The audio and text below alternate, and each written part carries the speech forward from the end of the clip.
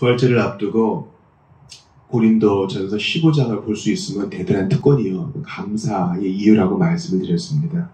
오늘 그 고린도전서의 마지막 파트를 보게 되겠습니다. 우리는 어제 그 바울이 첫사람과 둘째 아담이요 마지막 아담 되신 그리스도를 대조하고 있는 것을 보았습니다. 아담은 살아있는 존재지만 마지막 아담인 그리스도는 생명을 주시는 영이시다.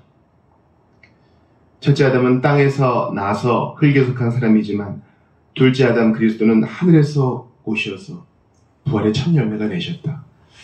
이러한 대조를 보는 것은요, 대단히 유익합니다. 즉 우리의 복음이 아담이 등장하는 창세기로부터 시작된다는 것을 보게 되는 것입니다. 우리가 지난 주일에 창세기 3장을 봤죠. 참 은혜롭고 감격스러웠습니다. 한 가지 아쉬운 것은 이 복된 말씀을 한 주에 끝내야 된다는 거예요. 우리 선배들을 보면 이 창세기 3장의 몇 구절을 가지고 참 길게 강설을 하신 분들이 많습니다. 우리 김홍정 박사님 같은 경우가 그렇죠. 그리고 그 책을 여러분께 권합니다. 이 죄에 대해서 정말 탁월하게 강설한 설계집입니다. 우리 이제 십자가 시리즈를 계속 진행해 나가야 되니까 이제 다음 본문으로 넘어가야 되는데, 창세기 3장에도 복음이 있다 그랬죠. 무엇입니까? 여인의 후손이 뱀의 머리를 밟을 것이다. 뱀은 고작 여인의 후손의 발꿈치만 물 수 있을 뿐일 것이다. 그리스도를 십자가에 못 박아 놓고 사탄은 이겼다 라고 생각했을지 모르지만 그것은 그분의 발꿈치를 걷는 정도일 뿐이에요. 그리스도는 그분이 십자가에 달려 죽으심으로, 또 그분의 율법을 모두 순종하여 성취하심으로 마귀의 머리를 밟으셨습니다. 거기에서 우리가 복음을 볼 수 있다 했죠. 그것을 원복음이라고 우리가 부른다 했죠. 그리고 하나님은 자신의 행위, 즉 무화과 나무 잎으로 자신의 부끄러움을 가리려 하는 타락한 사람에게 가죽옷을 지어 입히십니다. 가죽옷에 희생이 내포되어 있죠. 그리고 거기서도 복음을 봅니다. 주일에 시간 관계상 보지 못했지만 그들은 에덴 동산 동쪽으로 쫓겨갑니다. 그 이후에 모든 인류의 역사는 다 동쪽으로 도망가는 거예요. 성막의 문도 동쪽을 향해 나가 있음을 알고 있습니다. 그러나 이 동쪽으로 도망가는 것이 역전되는 데가 있으니 바로 아브라함의 가족 테라가 반대로 오죠. 하나님 이제 가까이 옵니다.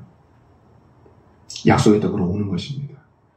이 복음의 이니셔티브, 복음의 우선권, 복음을 친히 이루시고 구원의 약속을 이루시는 이 주권은 하나님께 있어요. 부활주의도 마찬가지입니다. 우리가 감히 꿈꿀 수 없는 것을 주께서 이미 이루시어 우리에게 선물로 주십니다. 50절을 보세요. 형제들이여, 내가 분명히 말합니다.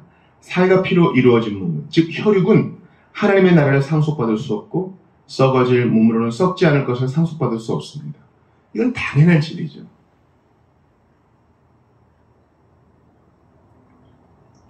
영생의 나라, 하나님의 나라, 좋은 거죠. 근데 그것을 누리고 받고 소유해야 될 내가 영생을 누리지 못해 썩어진 몸을 갖고 있어. 그게 무슨 소용이 있겠어요? 어른들이 말씀하시죠. 죽으면 다 가져가지도 못할 거를 그렇게 끌어안고 있다고요. 마찬가지입니다. 우리의 몸이 이렇게 헛된 가운데 놓여 있다면 영원한 하나님의 나라와 영생의 나라는 아무것도 아닌 것이 돼요. 그러니까 변화가 필요하죠. 부활이 필요한 것입니다. 이 땅에서의 재미와 즐거움을 천국에 너무 매치시키려고 하지 마세요. 질과 격이 다릅니다. 희미하게 그 맛을 알 수 있을지는 모르지만 질과 격이 달라요. 예를 들어 보시죠. 우리가 이 땅에서 살면서 천국의 맛을 볼 때가 있어요. 세례받는 어린이, 세례받는 아기의 얼굴을 볼 때, 믿음으로 신앙 고백하는 형제의 모습을 볼 때, 인내로 고난을 이겨내는 자매의 모습을 볼 때, 함께 예배하는 우리 회중 속에 있을 때, 주의 만찬을 나눌 때 하나님 말씀을 듣고 이해하며 깊은 통찰력을 가지고 감사할 때, 그러나 그것은 다 제한적입니다. 언제나 아기의 모습일 수 없고요. 신앙 고백하는 진실한 모습이 아닐 수 있고요. 섬김의 모습도 때로 퇴조됩니다. 어제까지 보이던 성도가 오늘 안 보일 수 있어요. 이 땅에 속한 모든 것들은 일시적이고 쇠락하고 변합니다. 구원이 취소된다 그런 얘기 아니에요. 영원하지 않다는 뜻이죠. 그러므로 우리는 그런 것들을 보면서 갈망합니다. 천국의 맛만 보는 것이 아니라 영원히 누리게 되는 것은 없단 말인가. 바울은 말하죠. 살과 피는 혈육은 하나님 나라를 상속받을 수 없고 썩어질 몸은 안 된다. 부활체가 필요하다고 말합니다. 51절 보세요. 보십시오. 내가 여러분에게 한 가지 비밀을 말씀드릴 테니 잘 들으십시오. 그것은 우리가 죽지 않고 다 변화될 것이라는 사실입니다. 무슨 말입니까? 우리는 다 잠자는 자들이 아닙니다. 우리의 영혼은 불멸해요. 그리스도께서 오실 때 우리가 살아있다면 우리의 몸은 순식간에 부활체로 바뀔 것이고, 우리가 죽어있다면 주님께서 우리의 잠자는 몸을 깨워 일으키실 것입니다. 52절은 정확하게 그 사실을 구체적으로 알려줍니다. 마지막 날 재림의 나팔 소리가 울려 퍼질 때 눈 깜빡할 사이에 갑자기 그렇게 될 것입니다. 나팔 소리가 울려 퍼지면 죽은 사람들은 썩지 않을 몸으로 다시 살아나고 우리도 또한 모두 변화될 것입니다. 우리는 살아있는 자도 그렇게 될 것이고 죽은 자도 호련히 눈 깜빡할 사이에 나팔 소리에 마주어 그렇게 될 것이라는 것입니다. 여러분, 나팔 소리는 출애굽하는 백성들이 진을 칠 때, 전쟁할 때 각각 신호가 되었죠. 또 기쁨의 축제를 알릴 때도 나팔을 불었죠. 바로 그 나팔 소리입니다. 어떤 중간 단계가 없어요. 먼지가 일어나고 서서히 형체가 다 주어져 가고 뼈가 들어맞고, 그게 아니라 눈 깜빡할 사이에 주님이 몸을 일으키신다 했습니다. 썩지 않을 몸을 입게 된다는 겁니다. 53절 보세요. 썩어질 몸은 영원히 썩지 않을 몸을 입어야 하고 죽어질 몸은 영원히 죽지 않을 몸을 입어야 하기 때문입니다. 당연하죠. 하나님 나라를 소유하고 유업으로 받기 위해서, 그 나라를 즐기기 위해서는 썩지 않을 다른 몸이 필요합니다. 이건 심판의 몸도 마찬가지죠. 죄인도 마찬가지입니다. 정죄를 받아야 하기 때문에 썩지 않을 몸을 입습니다. 54절 보세요. 썩어질 이 몸이 썩지 않을 몸을 입고 죽어질 이 몸이 죽지 않을 몸을 입을 그때에 비로소 성경에 기록된 말씀이 이루어질 것입니다. 우리 예수님께서 성경을 이루어지게 함이니이다, 이런 말씀 많이 하시죠. 바울이 이러한 부활 교훈도 그가 창안해낸 것이 아니라 바로 구약 성경이 지지하고 있는 것입니다. 그가 예로 들고 있는 구약 말씀 보세요. 보라, 죽음을 삼키고 승리를 얻었도다. 이사야 말씀이죠. 죽음아 너의 승리가 어디에 있느냐? 죽음아 너의 독침이 어디에 있느냐? 호세아 말씀입니다. 즉 이사야와 호세아는 부활을 바라보았던 선지자입니다. 보세요. 그는, 이사야와 호세아는 그리스도 나시기 한참 전의 사람이죠. 그러나 그들은 믿음으로 바라보았습니다. 메시아가 오실 것이다. 또한 그 너머도 보았습니다. 계속하신 그리스도가 다시 오실 것이다. 그때 우리가 부활할 것이다. 신자는 이 모양 이 꼴로 사는 것이 아니라 영원한 몸, 썩지 않은 몸을 입게 될 것이다. 지금과 다른 삶을 살게 될 것이다. 더 이상 사망에 쏘는 독침, 거기에 매여 살지 않을 것이다.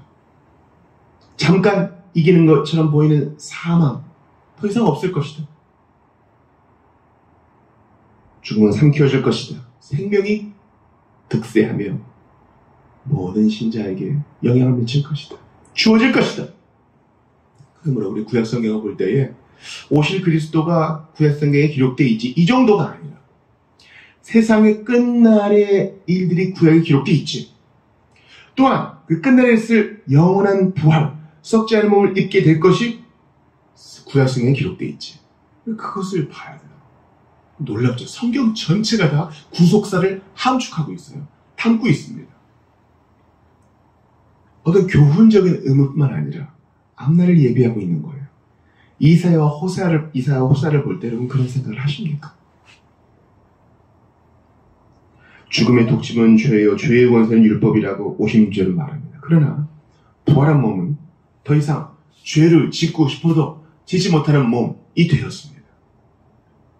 더 이상 사망에 쏘는 독침, 죽음의 두려움이 그를 어찌하지 못해. 왜냐하면 영생의 나라에 들어갈 자격을 이제 얻게 되어서 영원을 즐기게 되었습니다. 죽지 않을 몸을 입게 되었으니 사망의 독침, 죽음의 독침, 죄의 권세, 율법의 쏨 아무 소용없어요. 여러분 그런 몸을 우리 구합니다. 그 몸을 덧입게 될 것을 우리 바라봅니다. 창세기 3장에서 제가 부연해서 말씀드렸잖아요. 삼위 하나님이 의논하십니다. 우리 중 하나와 같이 되었다. 이대로 두면은 생명나무의 실과도 먹어 영생할까 하노라. 그걸 잘 이해해야 된다 그랬죠. 하나님이 무슨 밥그릇 뺏길까봐 전전긍긍하시는 분이 아니에요. 회개하고 믿어 구세주 예수 그리스도의 이름으로 회심하고 중생받아. 그래야 생명나무의 실과를 먹게 될 거 아니에요. 그리고 이제 마지막 날 부활의 몸을 입어 이제 먹을 수 있는 몸이 돼요. 생명나무의 실과를 얻어야 진짜 즐거움의 영생을 얻게 되는 거지. 그렇게 뒀다가 심판의 영생을 얻게 될 것이다. 형벌의 영생을 얻게 될 것이니 그를 위하여 맞고 화한 몸을 둔 것입니다. 하나님이 그런 분 아니었어요. 째째한 분 아니었어요. 끝까지 우리를 위하는 분이었어요. 우리는 반역하고 배반하고 배신했지만 그분은 끝까지 우리를 위하십니다. 아담 보세요. 어쩔 수 없이 얘기하잖아요. 어쩔 수 없이 인정하잖아요. 하나님이 그것도 받으십니다. 받으사 더 이상 추궁하기를 멈추셔요. 기준에 안 맞아도.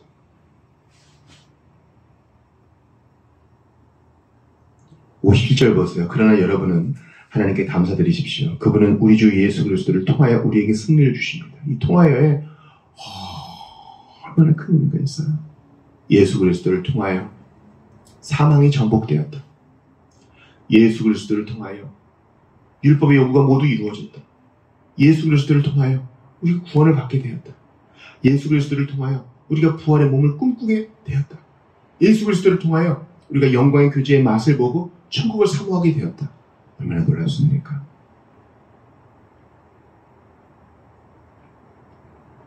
나의 사랑하는 형제들이여, 그러므로 굳게 서서 흔들리지 말고 항상 주의 일에 더욱 힘쓰는 자들이 되십시오. 여러분이 아시는 대로 주 안에서 행하시는 여러분의 모든 수고가 결코 헛되지 않습니다. 바울은 영광스러운 고린도전서 15장 부활장을 마무리하면서 흔들리지 않는 적용으로 결론을 맺습니다. 바로 지금 여기서 하는 일에 의미가 있다. 주의 일에 더욱 힘쓰라, 이것입니다. 주의 일에 더욱 힘쓰라는 것은 무엇입니까? 주의 일에 힘쓰라는 것은요, 하나님의 아들을 믿는 게 주의 일이라고 그랬잖아요. 그러니까 바로 지금 이 자리에서 은사자랑하지 말고 이 세상이 전부인 거라고 생각하지도 말고 고린도의 그리스 로마 사상에 잠식당하지도 말고 성경을 깊이 연구하고 거기서 하나님을 알아. 성경을 깊이 연구하고 교훈을 받은 대로 서로 사랑하며 살라. 성경을 배운 대로 지체를 용납하며 사십시오. 사랑하며 사십시오. 당장 내일 주님이 오신다 해도, 한 시간 후에 주님이 오신다 해도 부끄럽지 않도록 지금 사랑하고 맡겨주신 사명 잘 감당하십시오. 주님이 주시는 사 잘 활용하며 사십시오. 그것입니다. 오늘 고린도전서 15장 우리가 이제 마무리를 했는데 참 귀합니다. 이 땅의 일이 전부인 줄 알고 그저 이 땅의 즐거움만 홀짝대는 우리에게 주님은 영광의 강수, 영광의 바다를 보여주십니다. 그날을 바라보며 오늘을 인내하게 하시고 오늘의 일에 충성케 하시는 우리 주 예수님을 찬양합시다. 부활소망을 가지고 오늘을 이겨내고 기쁨으로 살아내는 여러분들 다 되시기를 주의 이름으로 축원합니다.